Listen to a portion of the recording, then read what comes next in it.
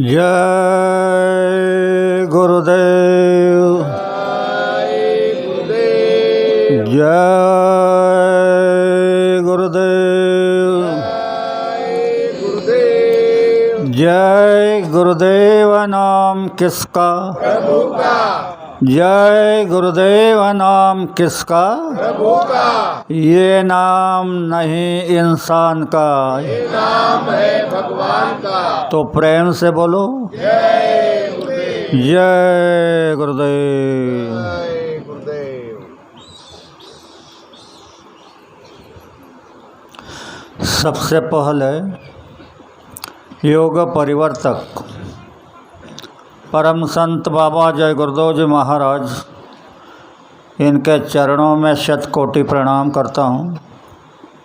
साथ ही साथ जिसने यह त्रिलोक की रचना बनाई उस ईश्वर को प्रणाम, उनके दृश्य अदृश्य शक्तियों को प्रणाम, और यहाँ पर उपस्थित भारत के विभिन्न प्रांतों से आए हुए सत्संग प्रेमी भाई और बहनें, अगल बगल के क्षेत्र से आए हुए सत्संग प्रेमी भाई और बहनें, इस गांव के सभी सज्जन भाई और बहनें, आप सबको प्यार भरा जय गुरुदेव। प्रेमियों, आप जिस कार्य में आए हैं यह छोटा मोटा काम नहीं, यह जीवन की सफलता का काम है। आज इस साधना शिविर का 5वां दिन, उसका आखिरी सत्र, अभी और आपके पास में 5 दिन है। ज़रा सत्संग सुन कर के लगन से आप साधना में लगे रहना। आप सोचते हो कि हम तो लगन से ही लग कर रहे हैं, पर ध्यान से सुना बात क्या है कि ऊंचा मकान तेरा कैसे मजल चढ़ूँ मैं। जीवात्मा बता रही है कि हे प्रभु, तुम्हारा मकान तो बहुत ऊंचा है, तो मैं कैसे चलूँ। नहीं बुद्धि की यह सीमा कि इतनी मजल कटावे। बुद्धि से सोचो तो कोई लाभ नहीं। किस पर सवार होके आगे कदम बढ़ूँ मैं। जीवात्मा तड़प रही है, पूछ रही है कि मैं किस पर सवार होकर के चलूँ। तप योग भी नहीं चलता कि श्राप दे हटाऊँ। ये जो त्याग तपस्या का रास्ता है, यह भी करके ये चलता नहीं कि चलो श्राप दे करके हटा देंगे। तप योग भी नहीं चलता कि श्राप दे हटाऊँ। आड़ी खड़ी है चौकी, किस अस्त्र से लड़ूँ मैं। तो रास्ते में चौकियाँ पड़ी है, काम की, क्रोध की, लोभ की, मोह की, अहंकार की। रहने दो, रहने दो। काम की, क्रोध की, लोभ की, मोह की, अहंकार की चौकड़ियाँ पड़ी है। इसे हटाने का कोई रास्ता नहीं है। तो मालिक से जीवात्मा प्रार्थना कर रही है कि मैं किस अस्त्र से लड़ूं। चारों तरफ बंधा है किला उसी जगह में जहाँ तुम्हारा स्थान है, वहाँ चारों तरफ किला बंधा है। चारों तरफ बंधा है किला उसी जगह में, नहीं पवन ताव मारे हवा भी नहीं जा सकती। यानी पवन भी ताव नहीं मार सकता। नहीं पवन ताव मारे ले वृत्ति को उड़ूँ मैं। ध्यान से सुनो प्रेमियों, इस रास्ते पे जाना है तो आपकी सारी शक्तियाँ बेकाम है। आप किसी भी शक्ति का उपयोग करके जा नहीं सकते, लेकिन तुम्हारी वृत्ति, इस वृत्ति बोले कि इस वृत्ति को लेकर के उड़ूँ, वृत्ति पर सवाल होकर के, तो ये वृत्ति कहाँ है इसको देख लो। तुम्हारे शरीर में 5 प्राण हैं। प्राण, अपान, उदान, व्यान और समान। तो ये समान वायु जो है, इसको क्या है,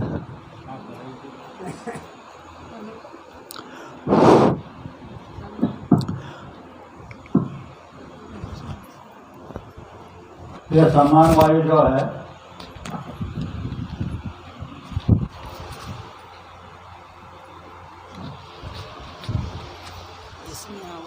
इसमें शांति और वृत्ति दो गुण हैं।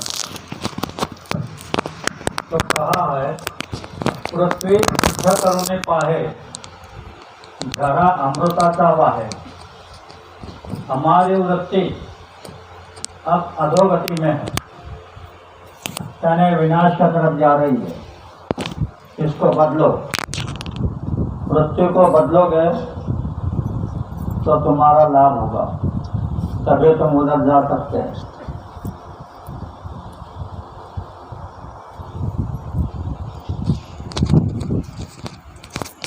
तो वृत्ति पर सवार होकर तुमको उड़ना है और उधर जाना है।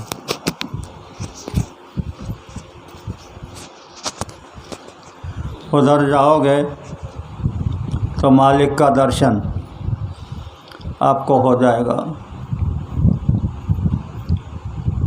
तप योग भी नहीं चलता। मैंने कहा आपको, आप तपस्या करके त्याग करके कुछ कमाओगे तो वह भी नहीं चलेगा। हठ योग भी नहीं चलेगा, अजपा योग भी नहीं चलेगा, कोई योग नहीं चलेगा। सिर्फ गुरु महाराज के दया लेकर के आपको चलना है। तो आखिर में कहा कैसे जाओगे? कहे टुकड़ा हक में गढ़ा रहूँ मैं।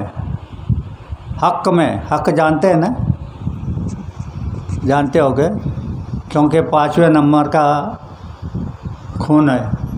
हक, हक यानी सत्य, सत्य में गढ़ा रहूँ। टुकड़ादास कह रहे हैं कि मुझे तो आस है तेरी, रहूँ हक में गढ़ूँ मैं।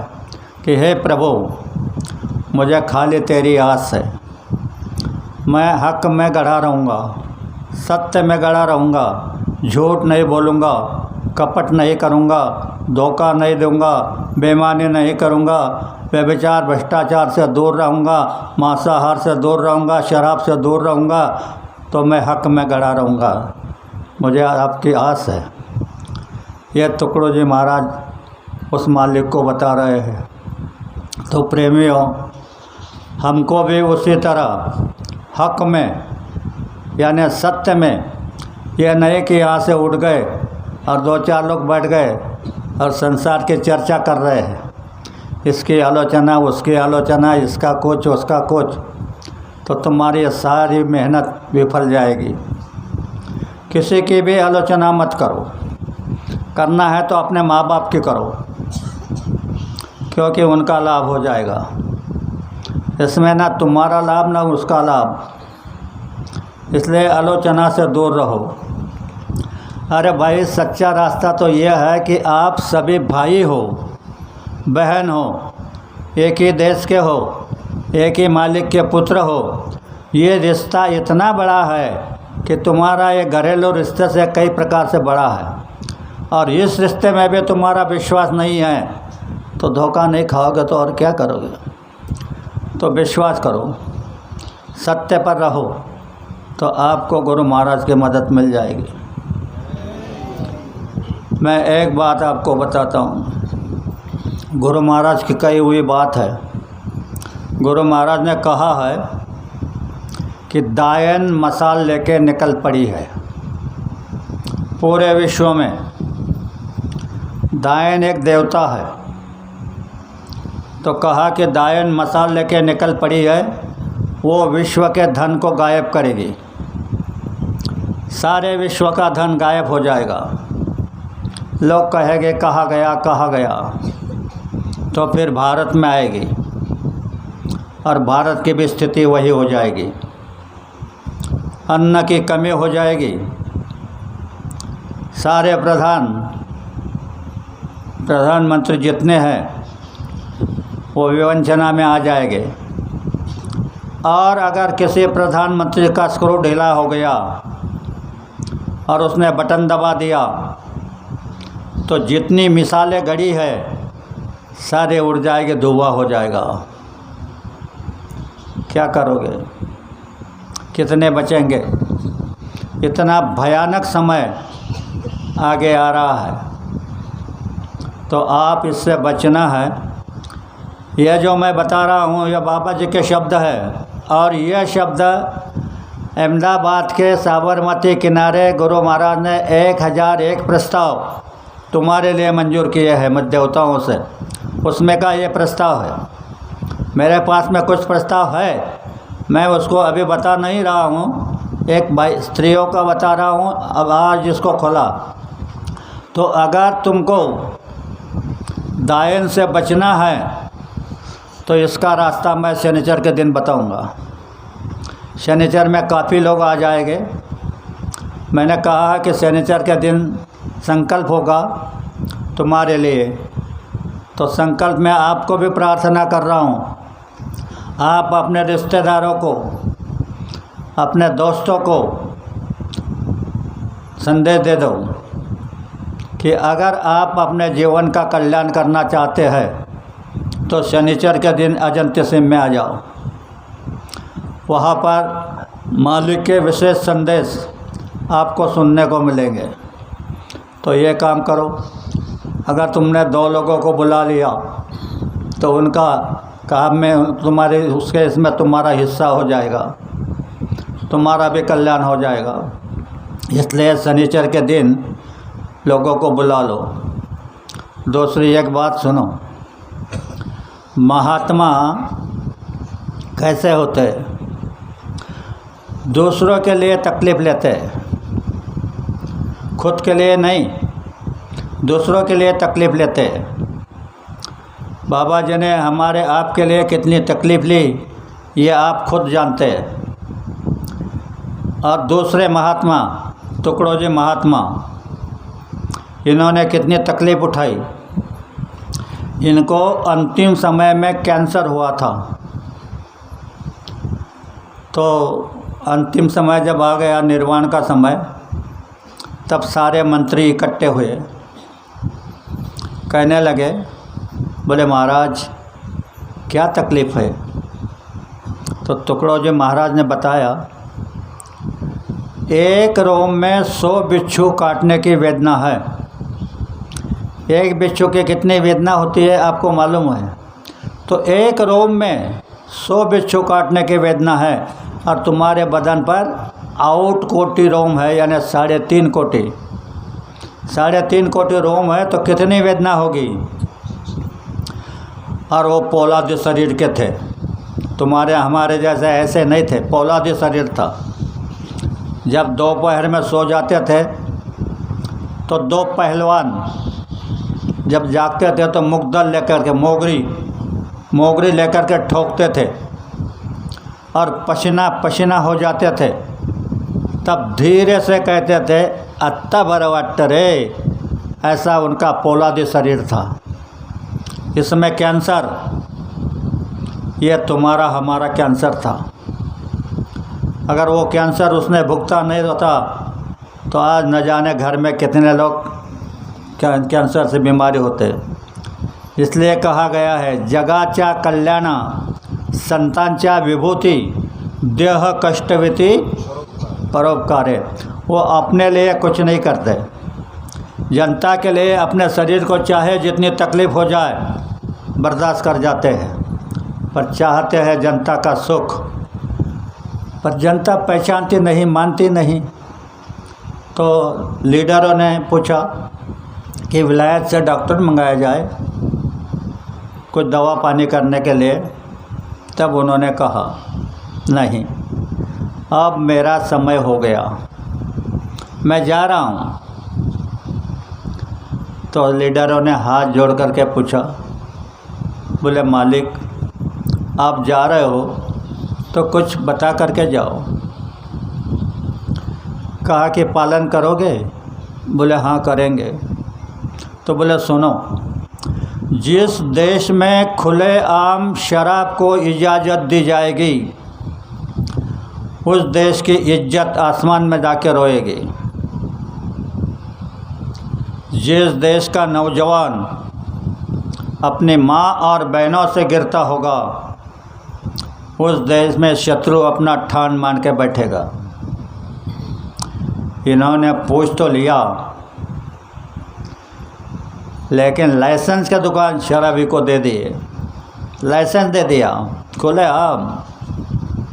तो आज देश की यह स्थिति है। पालन नहीं करना था तो पूछना ही नहीं था। तो यही बात है, अगर कुछ पूछो किसी से, महात्मा से, तो पालन करो, नहीं तो पूछो मत, विपरीत हो जाएगा। तो आज देश की स्थिति बिगड़ गई। तो आज देश पर क्या है? आई विपत बड़ी भारी, देश के ऊपर भारी विपदा चा करके खड़ी है। आई विपत बड़ी भारी, जग में आई विपत बड़ी भारी। आपस में वीर लड़ेंगे, हर गांव में खून बहेंगे, दुख पाएंगे नर नारी। ऐसी स्थिति हो जाएगी।